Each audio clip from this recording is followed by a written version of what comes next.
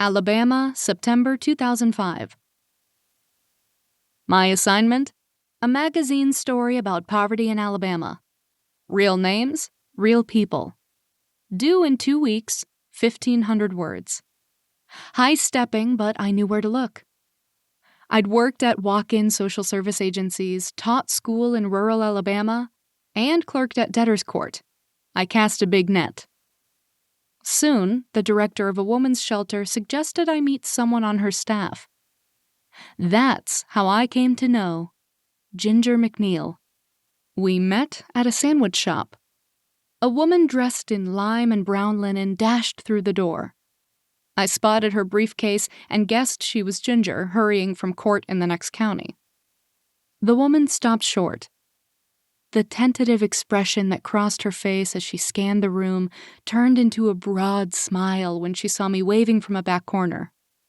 Her brown page boy bounced against her collar as she made her way toward me, hand out, halfway through an introduction even before she reached my table. "I'm late," she said, dropping into her chair. "But at least I'm not in jail." I did a double take. "Auto theft." She dropped that bomb with a straight face. "In the courthouse parking lot, under the nose of the sheriff." Her eyes were the color of coffee. I spotted mischief in them and smiled. She leaned forward in her seat and lowered her voice. "As I was racing to come here, my key wouldn't fit in the ignition. Then I heard a tap on the window, and there stood the judge. I was in her car, not mine. I ran before the law came." She threw her head back and laughed at herself. Her words flowed, but she hung on to mine. She talked about her work with abused women, and I could read on her face the satisfaction in it. I ate my chicken salad. "But abuse isn't about poverty." I didn't know. We talked through lunch and refills of iced tea. Pleasant chatter, but the clock was ticking toward my deadline. I needed to find a source for my story. Just as I thought we were finished, Ginger said, "I'm a former client of the shelter. I didn't have 2 dimes the day they took me in." I settled back into my chair. "I lived in a cabin in the woods, too poor to afford electricity, and too afraid of my husband to leave. I even made my own soap." "You made soap?" "From hog fat. You have to butcher the hog first."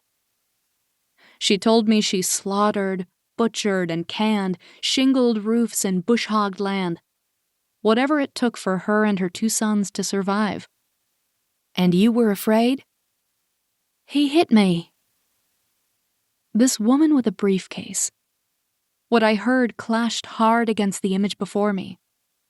She drew a map to the cabin, 20 miles north up the Natchez Trace, left on one dirt road, right on the next. I promised to meet her there the following Saturday. The first road I found quickly. Then I topped a rise and looked for the second. Nothing but scrub oaks, piney woods, and red dirt lay ahead. 3 times I drove back, and 4th before, I spotted tire ruts between 2 scrawny oaks. Then the open gate appeared against the undergrowth. The road wasn't hidden, but nothing marked or announced it. Had I not known there was a road and a house and once a family living back in the trees? That thought played in my mind even after I returned home late that afternoon.